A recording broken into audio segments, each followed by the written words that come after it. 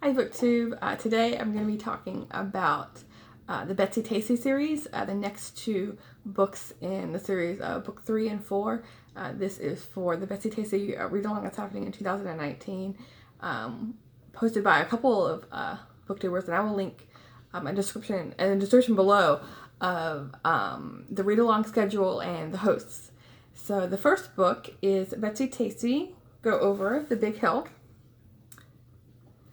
And this came out in 1942. And in this installment, they are 10 years old with 2 digits in their name. And that's a big part of the opening chapter is them turning 10. And it's when it's about going over the big hill, it's kind of putting an emphasis on the story of, them kind of breaking away a little bit from childhood, and they're kind of, entering preteen years.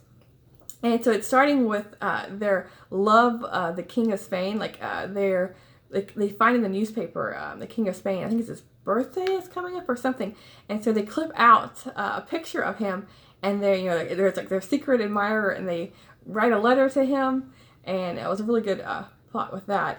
And so kind of with that idea of King of Spain, they decide they are going to elect the queen of a May Day kind of queen, and there's a competition because somehow or another the 2 siblings, Betsy and then her sister Julia, they get the idea at practically the same time of each electing the queen, and then when they find out they both want to elect a queen, there's a competition. And so due to the competition, Betsytacy and Tib go around the community to get votes. So it's a good way for us as readers to get to know more people in the area of Deep Valley.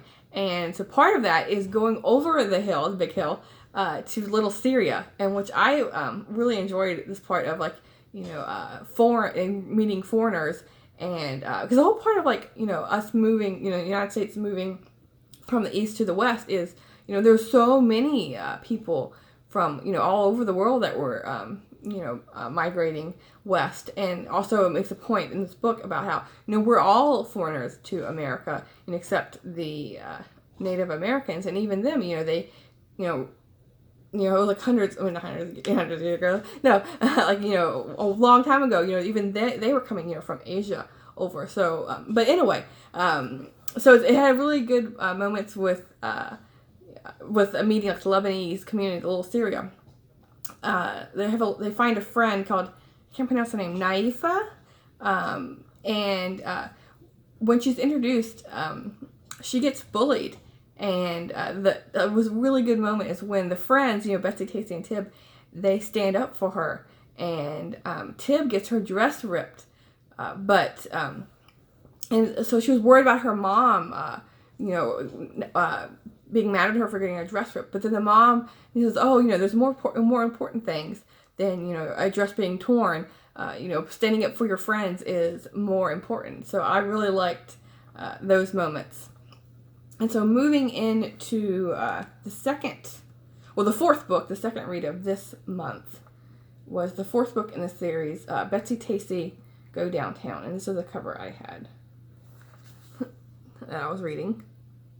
And I really like this one. I think I watched one other booktuber's video, Kelly from Books I'm Not Reading. She was mentioning how this was her favorite of the series, and I really enjoyed this one as well. It came out in 1943, and with this one you're introduced to a new character, Winona, and at first I didn't know what to think of her because she's kind of introduced kind of like a snobby girl, because she has access to the theater in town with tickets, because a lot of these families, they have big families, they can't support going to this new theater, purchasing tickets, and so she has these comps where she can get in and watch the different plays, and it starts with Uncle Tom's Cabin, and the girls really want those 3 extra tickets to go to them.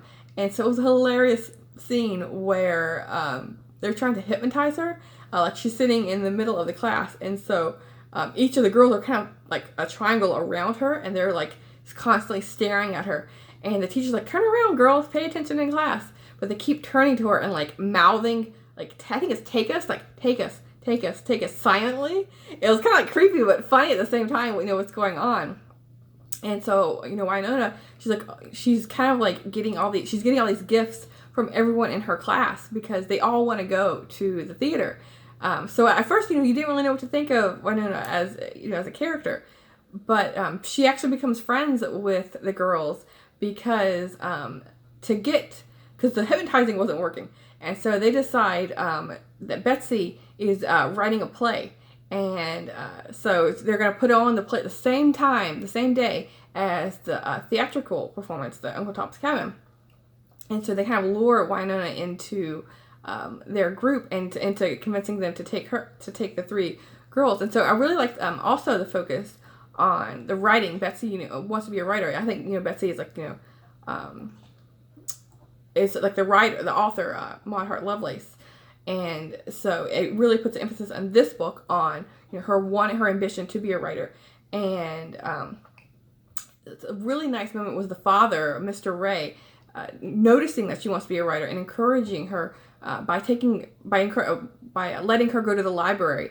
And I really love those scenes. I think her name was Miss Sparrow, the librarian, and she's giving all these classic books to read, and she's all like curled up and reading at the library and enjoying her books. And then the mother, Mrs. Ray, turns a theater trunk into a writing desk, and it also it's bringing in the Mrs. Ray's brother is an actor, and so it's putting emphasis on him as well, like because he's been missing.